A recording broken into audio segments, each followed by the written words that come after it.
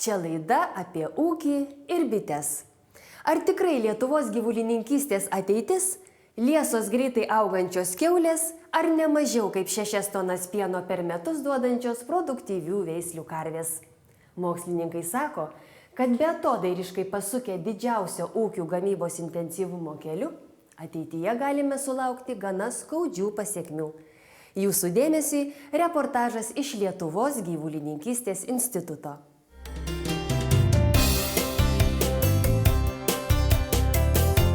Lašiniuose cholesterolio yra mažiau negu mėsoj.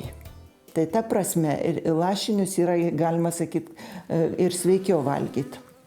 Ir dar kitas dalykas, yra jaunų gyvūnų mėsoj yra daugiau cholesterolio negu vyresnių gyvūnų mėsoj. Tos kiaulių veislės, kurios užauginamos ypatingai greitai, kuo greičiau užauga, tuo tenais yra daugiau cholesterolio. Lietuvos sveikatų mokslų universiteto gyvulininkystės instituto mokslininkai sako, kad neverta nei ypatingai menkinti kiaulienos, nei pernelyg žavėtis, pavyzdžiui, žvėriena.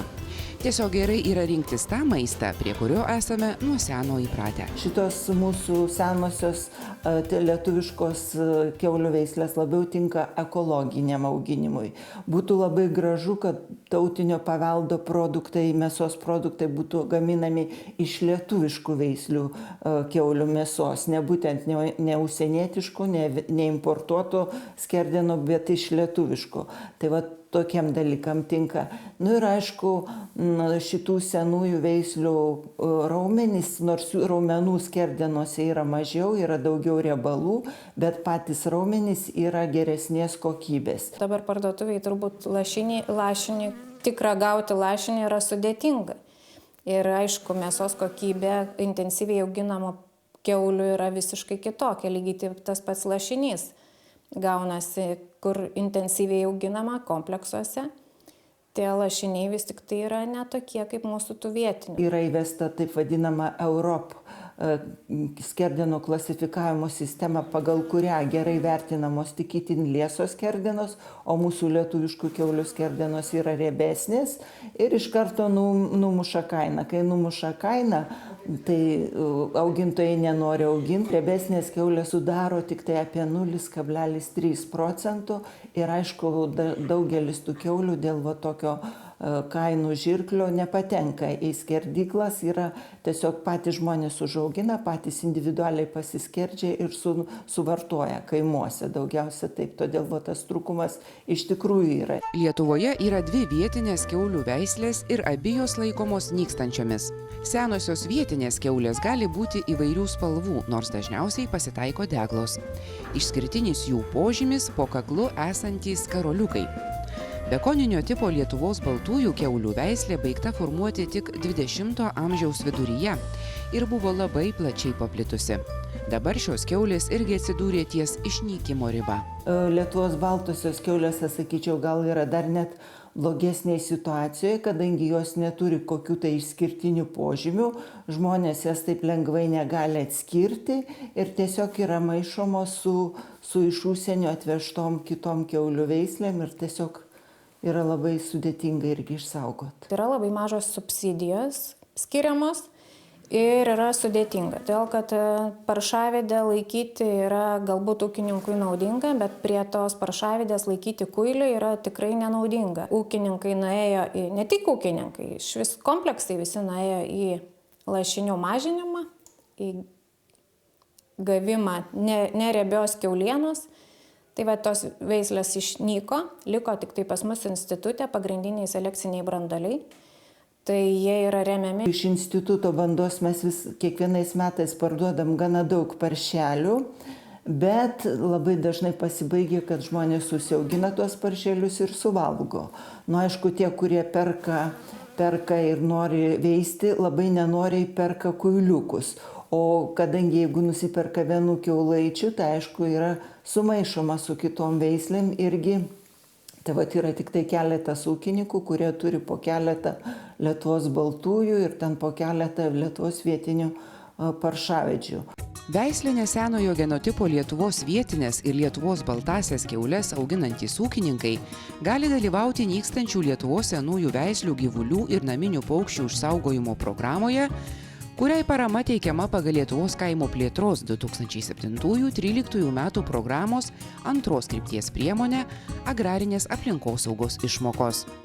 Nors nuo 2007 metų nykstančių veislių kiaules auginančių pareiškėjų ir į programą įtrauktų kiaulių daugėjo, tačiau net ir dabar vietinių kiaulių yra tik kiek daugiau nei 100, o 2012 metais į programą buvo įtrauktos 75 Lietuvos baltosios.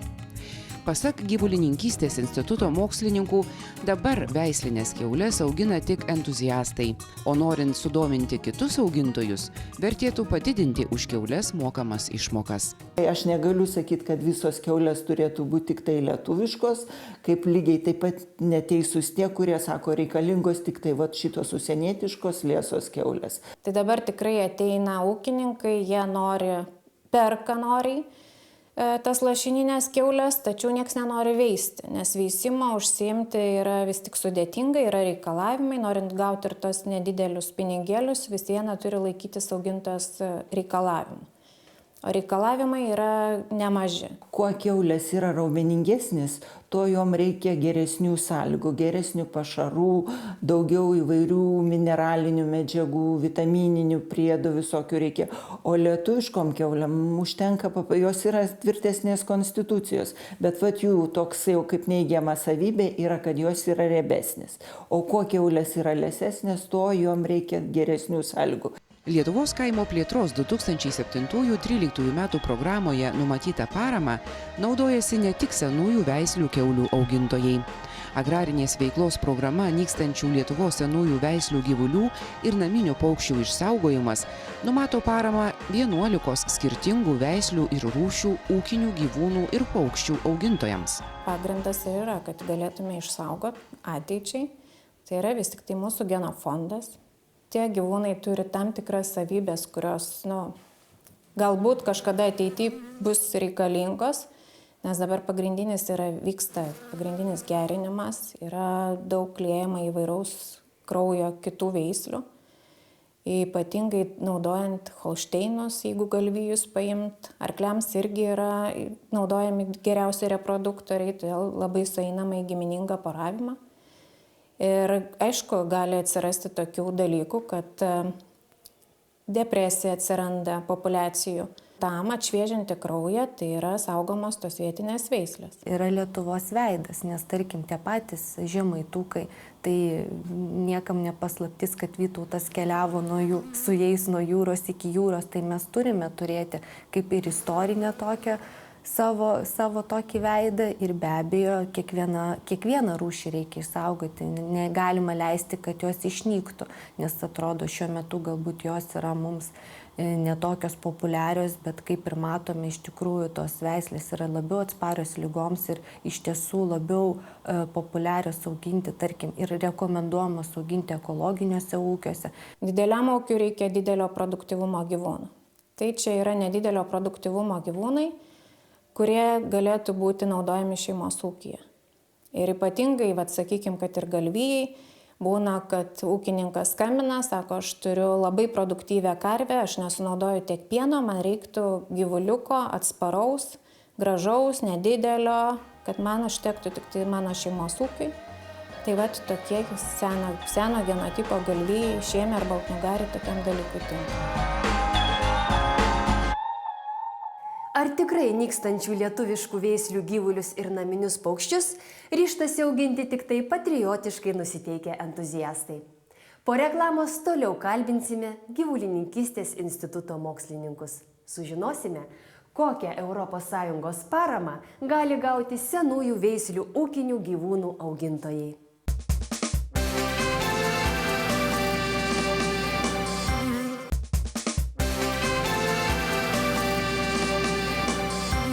Kas galėjo pagalvoti, kad šalies pieno ūkiuose prasidėjus intensyviai gamybai, iki tol daugelį regionų dominavusios Lietuvos žalosios karvės atsidurs ties išnykimo riba, o kadaise gausią vištinių žąsų populiaciją teks atkurti visiškai iš naujo. Ar tikrai senųjų Lietuvos veislių gyvulių ateitis tokia niūri? Tęsime pasakojimą. Lietuvos kaimo plėtros 2007-2013 metų programoje numatytas išmokas 5 metus gali gauti fiziniai ir juridiniai asmenys, užsimantys žemės ūkio veikla ir turintys bent vieną nykstantį gyvulį arba 10 naminių paukščių. Išmokų dydžiai priklauso nuo laikomų gyvūnų rūšies. Šitos paramos įtaka juntama ar ne?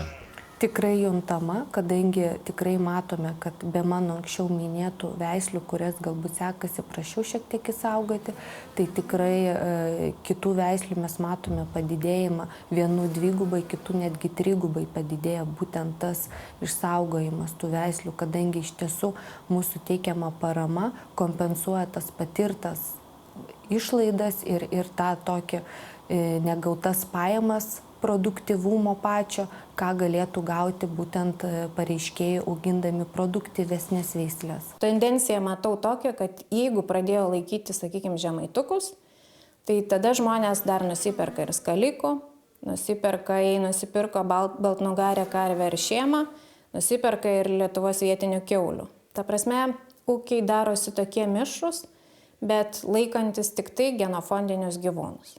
O sąlygos norint gauti šitą paramą, jos yra sudėtingos?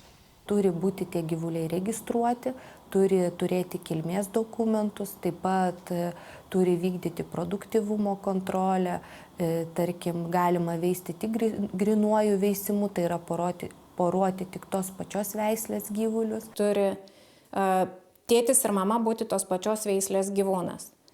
Tai yra ūkininkų, kurie vis tik tai galvoja, kad jeigu turiu šėmą karvę ar baltnugarę karvę, galiu sėklinti su kokios produktyvios veislės buliaus sperma ir gauti genofondinį gyvūną, melžti iš jo 6 000 per metus, kai realiai iš tų genofondinių, kuo švaresnių veislių melžiama apie 4-4,5, tai yra vis tik tai klaidingas mąstymas. Didžiausios kasmetinės Lietuvos kaimo plėtros 2007-2013 metų programoje numatytos išmokos skiriamos arklių augintojams. Žemaitukų ir stambiųjų žemaitukų augintojai kasmet gali gauti po 683 litus už kiekvieną šių veislių arklį, o auginantis Lietuvos sunkiuosius po 659 litus. 621 lito kasmetinės išmokas gauna auginantis Lietuvos šėmuosius, Lietuvos baltnugarius ir senojo tipo Lietuvos juodmargius bei žaluosius galvijus. Nykstančių veislių kiaulių augintojai kasmet gali gauti po 224 litus, o avių augintojai po 97 litus už veislinės Lietuvos šiurkščiavilnės arba Lietuvos juodgalvės avis. Už lietuviškas vištinės žąsis galima gauti po 10 litų kasmetinės išmokas. Atsiranda žmonių, kurie tikrai sako, ar man laikyti kokį kitų šalių gyvūną, kai aš galiu paremti savo Lietuvos ūkį ir galiu auginti kai kurias veislės, kurios mano ūkiui tinka, ypatingai mažuose šeimos ūkiuose ar kur užsiema kaimo turizmu. Tai jie tikrai galėtų tokius prisidėti prie saugojimo ir savo ūkį tvarkyti taip ir gyvūnus auginti. Jisai gali iš tikrųjų pradėti net ir šiais metais, kadangi programa yra tęstinė, jisai tiesiog ir dalyvaus 5 metus. Tikimės, kad tikrai išliks ši programa ir stengsimės dar labiau išsaugoti tuos ūkinius gyvūnus, galbūt, tarkim, labiau dėsime pastangas į tuos ūkinių gyvūnų išsaugomą, tų rūšių ir veislių ūkinių gyvūnų saugomą, kuris dabar sekasi prašiau juos išsaugoti, bet ta programa tikrai išliks. Atsiranda darbo daug daugiau, todėl kad vis viena turi ir suženklinti, turi sužiūrėti ir gimimus, ir surašyti ir mamas, ir tėčius, dalyvauti asociacijų veikloj, todėl kad visi gyvuliukai, kurie gali gauti europinę paramą, jie turi būti įrašyti į kilmės knygą. Už kilmės knygas atsako atitinkamos veislininkystės institucijos. tas augintojas turėtų būti aktyvus. Pradėjus teikti Lietuvos kaimo plėtros 2007-2013 metų programoje numatytą paramą nykstančių veislių ūkinių gyvūnų augintojams, bendras pareiškėjų skaičius nuo 2008 metais buvusių 181 išaugo iki 767 2012. Į programą įtrauktų gyvūnų skaičius padidėjo nuo 676 iki 7316. Tačiau ne visų gyvūnų daugėjo vienodai. Didžiausią susirūpinimą mokslininkams kelia senojo genotipo Lietuvos žalųjų galvijų likimas. Šiuo metu jų programoje registruota tik 10. Problema, kad tai gyvuliukų tikrai yra nedaug, genealogija yra gana siaura. Taip pat mes planuojame ir šaldyti embrionus būtent iš šitų, ypatingai dėl tų žalųjų galvijų. Todėl, kad norint juos padauginti ir norint gauti prieauglio daugiau, tai vis tik tai pradėsim šaldyti embrionus. Šiuo metu mes turime tik tais 2 pareiškėjus, kurie laiko 10 šių galvijų. Taip pat ne ką geriau sekasi išsaugoti kiaules, tai tikrai jų irgi nėra labai daug, bei vištinė žąsis. Na, vištinė žąsis aš manau, kad seksis išsaugoti geriau, kadangi iš tiesų mes tik nuo 2010 metų pradėjome remti šių vištinių žąsų jau kaip augintojus. Tai šiuo metu turime virš 100 vištinių žąsų ir tikimės, kad jų turėsime dar daugiau. Gyvulininkystės institutas taip pat dalyvauja nykstančių Lietuvos senųjų veislių gyvulių ir naminių paukščių išsaugojimo programoje. Kai kurių gyvūnų veisliniai branduoliai esantys instituto fermose vieninteliai visoje šalyje. Čia dirbantys mokslininkai įsitikinę, kad būtina išsaugoti visą vietinių veislių įvairovę. O jeigu nepavyktų išsaugoti, tai būtina sudaryti visas sąlygas toms veislėms atkurti. Gerų pavyzdžių galima būtų laikyti lietuviškų vištinių žąsų populiacijos atkūrimą. Šie paukščiai Lietuvoje buvo visiškai išnykę, o nedidelis jų pulkas buvo saugomas vandens paukščių kolekcijoje Rusijoje. Atsivežę 100 kiaušinių Lietuvos mokslininkai dabar institute augina šių paukščių tėvinį pulką.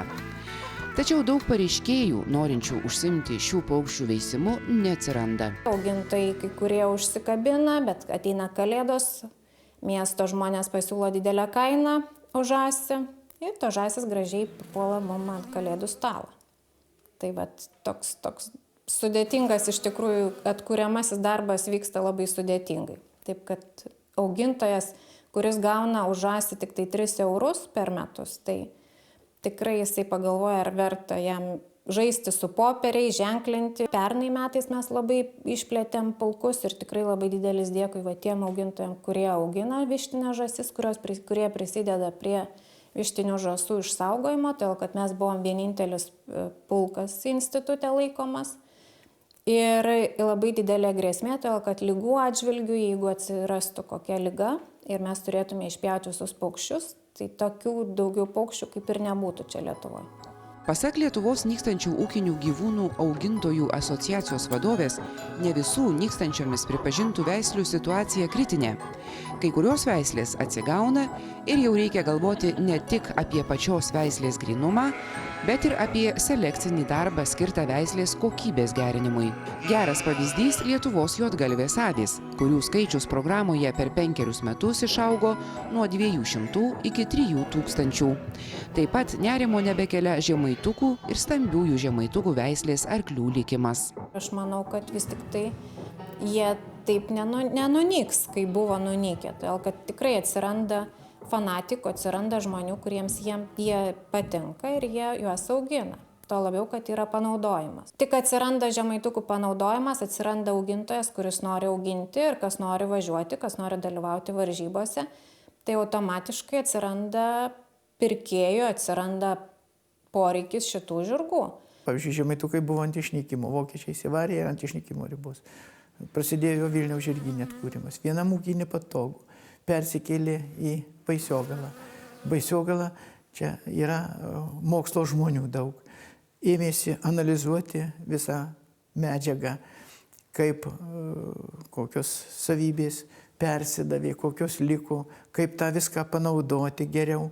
Mes darėm tą visą gamybinį darbą, bet mums pritrūksta laiko įformint, apibendrint, selekcinį planą į priekį padaryti, vat visa kita. Tai čia šitos visus darbus daro institutas. Jie tam ir yra, tas institutas, ir yra tie mokslo darbuotojai, kurie dar turi ir daug entuziazmo, jie turi gerų norų. Specialistai sutarė, kad vienas svarbiausių uždavinių, norint išsaugoti nacionalinės ūkinių gyvūnų veislės, į šį procesą įtraukti kuo daugiau dalyvių. Iki šiol kai kurie nykstančių veislių gyvūnus auginantys ūkininkai vengia dalyvauti jų išsaugojimo programoje, nenorėdami įsipareigoti 5 metus nemažinti tokių gyvūnų skaičiaus. Dabar įsipareigoti turėtų būti drąsiau, mat nuo šių metų balandžio 1 dienos pasikeitė sankcijų mechanizmas. Jis tapo palankesnis augintojams. Viskas priklauso nuo to, koks tas ūkinių gyvūnų skaičius bus iš tiesų sumažintas. Tai jeigu iki 3 ūkinių gyvūnų, tai tikrai sankcija bus netokia griežta, nes tarkim jisai galės gauti ir sumažinęs 50% ūkinių gyvūnų, gaus 50% tą dalį, nors pagal senasias taisyklės, jeigu pareiškėjas jau sumažino daugiau negu 50%, paramos paraiškoje jau nurodytų ūkinių gyvūnų skaičių, parama buvo neteikiama. Buvo atsiradę tikrai augintojai, kurie bijo įsipareigojimų, todėl kad buvo nustatyta, kad tu negali mažinti ir turi išlaikyti, kad ir tau gyvuliukas krenta ir tu negali atstatyti, ypatingai ir su galvijais. Norint dabar nusipirkti veislinę telyčią, šiemą ar baltnugarę yra ypatingai sudėtinga, todėl kad tie augintojai, kurie rimtai dirba šitą darbą, jie plečiasi ir savo bandą švarina. Tai reiškia, jie palieka savo telyčias, grinaveislės telyčias, kurios gautos nuo tam tikros veislės bulių, jie palieka jas savo bandoj. Tai va dabar tas reikalavimas yra nuimtas, taip palengvintos sąlygos augintojui.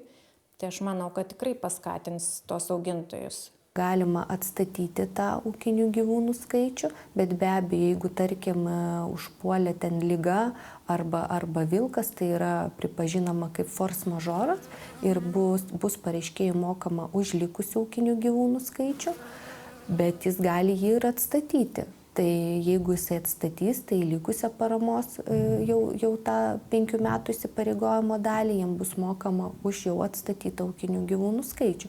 Bet jeigu, tarkim, jisai ten sumažino tą ūkinių gyvūnų skaičių savavališkai ir agentūrai nepranešė, agentūra atvažiavusi patikrino ir nustatė, kad ūkinių gyvūnų skaičius yra mažesnis negu įsipareigotas, be abejo, bus taikomos sankcijos. Aš noriu pabrėžti, kad augintojai žinotų, kad pagrindinis reikalavimas yra gauti gyvūnai remiami tie, kurie yra gauti grynuoju būdu. Šiuo metu tai jau, kadangi gyvuliukų skaičiai didėja, tai prioritetas turėtų būti ir rėmimas turėtų būti ir žiūrima daugiau būtent į tuos grynuoju būdu gautų gyvūnų išsaugojimą.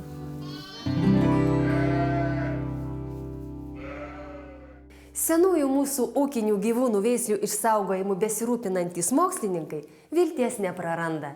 Juolab, vis daugiau augintojų renkasi gal ir ne tokį pelningą, tačiau ne mažiau reikalingą ūkininkavimo kelią.